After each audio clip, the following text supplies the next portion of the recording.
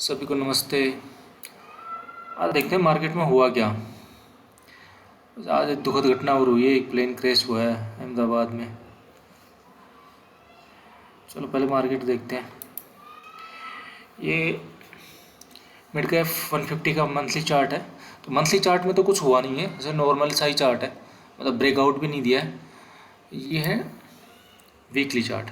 तो weekly chart पे जाकर देखेंगे तो यहाँ पे ना कुछ हर्डल दिख रहा है 22,100 या 22,100 के पास, 200 के पास। तो वहाँ से ये टच किया था, उससे पहले ये रेजिस्टेंस था, फिर टच किया, फिर दोबारा नीचे आया मार्केट, फिर दोबारा वहीं से वापस नीचे आया है। और कहाँ तक इसका सुपर ट्रेंड भी बाई मोड में ही है। और इसको इसको लगा के देखते हैं 21 डे, ये भी दूर है। पहले डेली में देखते हैं, डेली में तो 2-3 मंडे को हमने बात की थी कि मार्केट ना लग रहा है कुछ करेक्शन आ सकता है। तो वो किस लिए बात की थी, क्योंकि एक तो ये हार्डल था यहाँ पे 22,100 के पास, और दूसरा हम लोग ना एग्जिट मार्केट में करेक्शन या एग्जिट करने के लिए ना पोजीशन से तो आरएसआई का यूज़ करते हैं। तो मिड कैप में तो शायद इतना नहीं था। मिड कैप में तो आरएसआई लगभग 70 तक ही पहुँचे थे, डेली में 75 के लगभग। तो मिड कैप में करेक्शन शायद आया भी, मतलब बराबर सही आया है, लेकिन अभी वैसे एकदम ये सुपर ट्रेंड के पास पहुंचने वाला है 21,350 या 21,370। तो लगभग आधा 1% की करेक्शन और आ सकती है इस हिसाब से, सुपर ट्रेंड के हिसाब से। और ये 31 डेज की अगर EMA लगाते हैं तब भी वो लगभग आसपास ही आ रही है, तो आधा 1% ऊपर नीचे हो सकता है। लेकिन दिक्कत है स्मॉल कैप में।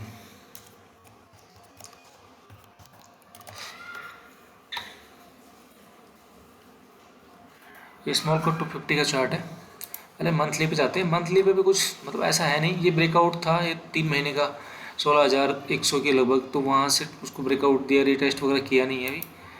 और ये है वीकली चार्ट। तो वीकली चार्ट में ये ब्रेकआउट था, उसके बाद छोटा सा रिटेस्ट किया, फिर इस सवाल का थोड़ा सा हर्डल था, इसको ब्रेकआउट दिया। तो अब इस लेवल में आ भी सकता है और नहीं भी आ सकता है, क्योंकि अगर मोमेंटम बना रहेगा तो नहीं भी आए, इस रेंज में आ भी सकता है मार्केट। हमने यही रेंज की बात की थी तब, पिछले मंडे को जो बात करी थी, वीडियो बनाया तब। तो इस रेंज में आ भी सकता है 17,000 के लगभग। अभी 17,275 पे बंद है। और अब डेली में चल के देखते हैं, तो डेली में हमको आइडिया कैसे लगा कि मार्केट में करेक्शन आ सकता है। तो ये डेली चार्ट है। डेली चार्ट में ना, तो इसके आप RSI देखो, डेली चार्ट पे स्मॉल कैप की लगभग 81 टू 82 के आसपास पहुँच गई थी। तो 82, 85, 90 के आसपास मार्केट आता है तो करेक्शन ज़रूर आता है। और मार्केट अगर बहुत वीकली में और मंथली में ब्रेकआउट दे रखा है ना, बहुत ज़्यादा स्ट्रॉन्ग है। अगर आप इसकी मंथली RSI 60 के अबव है, डेली की भी 60 के अबव है, ठीक है, अप ट्रेंड में है। लेकिन ये डेली में बहुत ज़्यादा हो रही थी, ओवरबोट के लिए वो हो रही थी, तो लग रहा था कि करेक्शन आएगा। वही हमने मंडे को बात की थी, जब मार्केट था लगभग 17,500 के लगभग क्लोज किया था।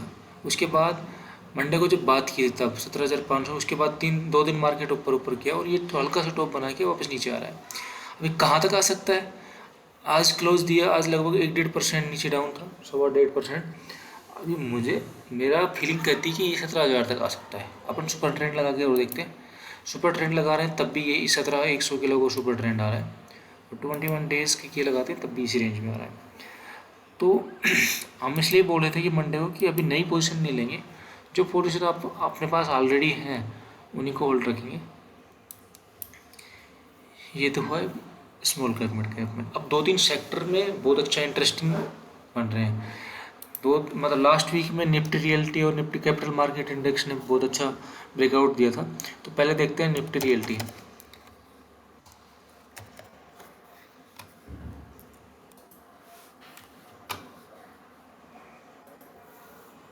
ये निफ्टी रियल्टी का चार्ट है। ये इसने वीकली पे ब्रेकआउट दिया था, अब शायद रिटेस्ट करेगा ये। तो हमने उस टाइम मैक्रोटेक डेवलपर और क्या नाम है डीएलएफ की बात करी थी। हमारे पास कोई पोजीशन नहीं है, सिर्फ बातें कर मतलब हम चर्चा कर रहे हैं। तो ये इस रेंज में आ सकता है। इंडेक्स अगर यहाँ पे आएगा तो स्टॉक भी डाउन होंगे। हाँ, तो एक तो ये था, और इसमें 2 दिन स्टॉक की बात करती थी ओबराय रियल्टी की। ओबराय रियल्टी ने भी हल्का सा ये रिटेस्ट किया है। देख, आज डाउन था हल्का सा ये है। और एक भी थी मैक्रोटेक डेवलपर की, मैक्रोटेक, ये है इसका। तो मैक्रोटेक डेवलपर का ना चार्ट शानदार है, उस दिन भी बात करी थी अपन ने। आप अगर इसको थोड़ा सा जूम करोगे तो अब देखो, इसको अच्छा चार्ट लग रहा है, सेम बाय सेम। ये इसको रिटेस्ट किया है और इस रेंज को और भी नीचे आ सकता है, थोड़ा सा यहाँ तक भी आ सकता है, वो तो कोई बात नहीं। लेकिन आप जैसे आप अगर कोई आदमी कोई पोजीशन लेना चाहता है तो वो अपने स्टॉप लॉस को काउंट करके कितना नीचे जा सकता है उस हिसाब से पोजीशन बनानी चाहिए। तो ये है निफ्टी रियल्टी का chart. The Nifty capital market.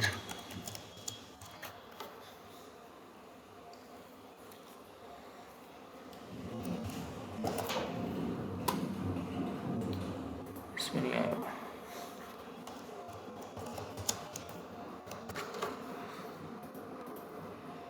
तो निफ्टी कैपिटल मार्केट ने भी ये काफ़ी नीचे आ गया।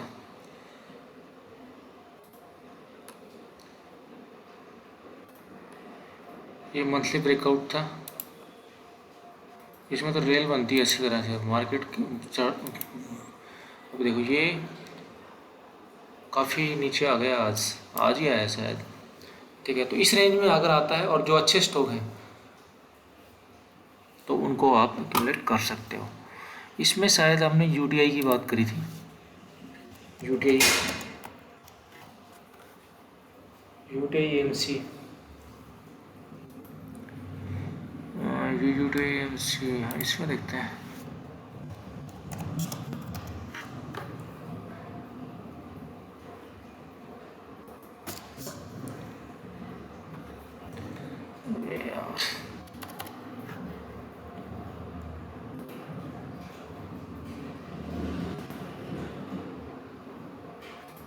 ये यूटीआई एमसी का वीक मंथली चार्ट है।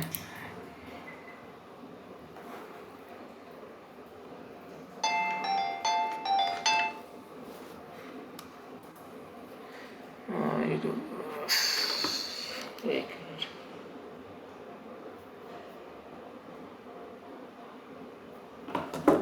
तो ये काफ़ी नीचे आया है, मतलब नीचे नहीं है, मतलब रिटेस्ट से करने के मूड में है। और एक स्टॉक था आनंद राठी। आनंद राठी काफ़ी स्ट्रॉन्ग दोबारा से हो रहा है। अभी देखोगे तो इसने ब्रेकआउट दिया नहीं है, लेकिन एकदम ब्रेकआउट के कगार पे खड़ा हुआ है, तो इसको ध्यान रख सकते हो। दो तीन सेक्टर और हैं, निफ्टी आईटी और निफ्टी फार्मा, जो ब्रेकआउट दिया नहीं है, मतलब डेली टाइम फ्रेम में दे दिया, और मतलब वीकली और मंथली में दिए थे। ये देखो अब इसका ना थोड़ा बेस बन रहा है अलग आईटी का। अब यहाँ देखोगे तो ये इसका छोटा सा रेजिस्टेंस है, और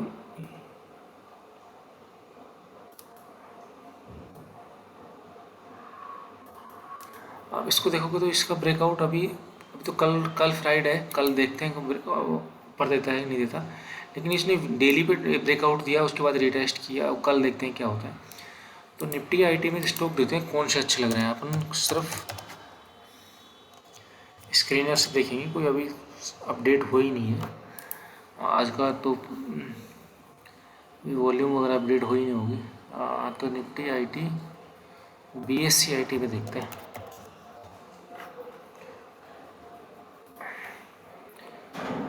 तो जो स्टॉक काफ़ी एल&टी टेक्नोलॉजी, हाँ एल&टी टेक्नोलॉजी काफ़ी मतलब अच्छा तो नहीं, ठीक ठाक लग रहा है।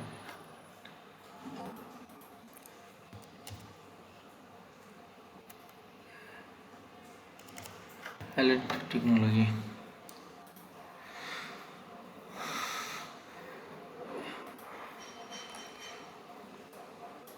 इसने ये काफ़ी डाउन ट्रेंड में है। ये 2022 में इसने हाई बनाया था लगभग 6000 के लगभग, उसके बाद कंटिन्यू डाउन ट्रेंड में है।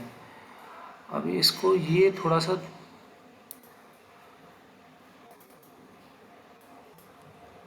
दिखा रहा है, हो सकता है हो भी जाए नहीं भी हो, तो इसमें रिस्क रिवॉर्ड अच्छा बन बैठ रहा है। तो रिसेंट लो है इसका 4250 के लगभग का, ये लो है।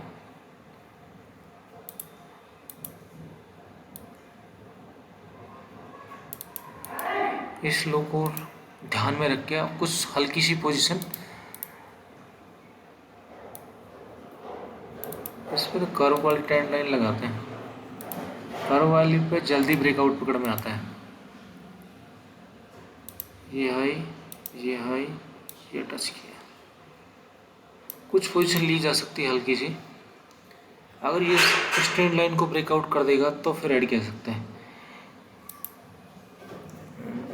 एक स्टॉक हमारा इसी सेक्टर से ऑलरेडी है हमारे पास, ऑलरेडी मेरी पोजीशन है, नाम है कंट्रोल प्रिंट, वो भी BSc IT में आता है, कंट्रोल प्रिंट कंपनी भी है। तो ये ऑलरेडी हमारे पास होल्डिंग में है, डिस्क्लेमर है, ये ऑलरेडी हमारे पास है, क्या नाम है। तो इसको अगर किसी को और को लेना चाहता है तो अभी तो काफ़ी मतलब उसी रेंज में जिस टाइम एंट्री किए थे उसके अलावा एक इसी से एक दो स्टॉक और IT से एक दो स्टॉक अच्छे और लग रहे हैं।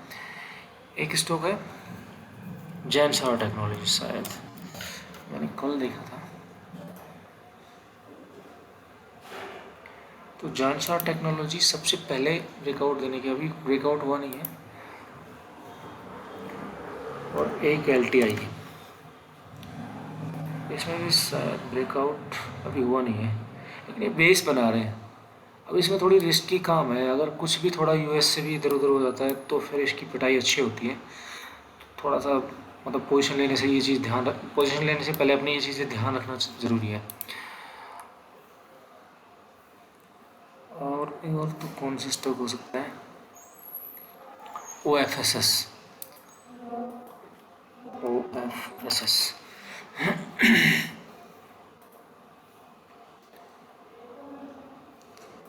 हाँ ये थोड़ा सा अच्छा लग रहा है, ये अच्छा लग रहा है। अभी आप इसको वीकली चार्ट में आओगे तो उसने ये ब्रेकआउट भी दिया हुआ है,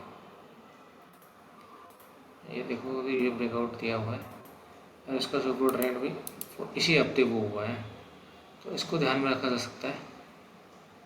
और अगर आप तो स्टॉप लॉस तो थोड़ा दूर पड़ रहा है, लेकिन अगर छोटा रहना चाहो तो ये लो का 82 मिनट का लो लगा के लगभग 1000 पॉइंट की 10-11%, 11-12% का स्टॉप लॉस बनता है, और ये इस तक जा सकता है। एक और सेक्टर है निफ्टी फार्मा।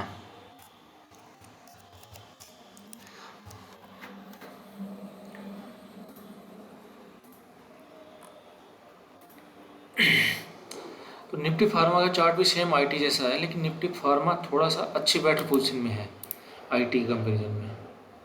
हाँ, तो ये अगर इस रेंज का ब्रेकआउट देता है वीकली तो फिर फार्मा स्टॉक देखे जा सकते हैं, और इसका ट्रेंड तो पॉजिटिव हुआ नहीं है, इसको देखा जाता है। IT में तो फिर भी थोड़ी सी प्रॉब्लम हो सकती है, फार्मा में भी हो सकती है, लेकिन ये चीज़ अब सब बहुत सारे सेक्टर ना ब्रेकआउट देने वाले हैं, ब्रेकआउट देंगे भी, क्योंकि मार्केट इस पोजीशन में आ गया, ब्रेकआउट देंगे तो दुनिया भर के स्टॉक आएंगे ब्रेकआउट लेवल पे, तो हम सभी को तो ले नहीं सकते। तो जो फंडामेंटल अच्छे हैं और अच्छे वैल्यूएशन पे हैं उनको लेने में तो बढ़िया है। अगर आप अगर केवल ब्रेकआउट के दम पर ले लिया और बीच में आगे मार्केट में थोड़ा सा भी करेक्शन आएगा तो जो थोड़ा हायर वैल्यूएशन में है उनमें अच्छी पढ़ाई होगी। तो आज के लिए इतना ही, थैंक यू।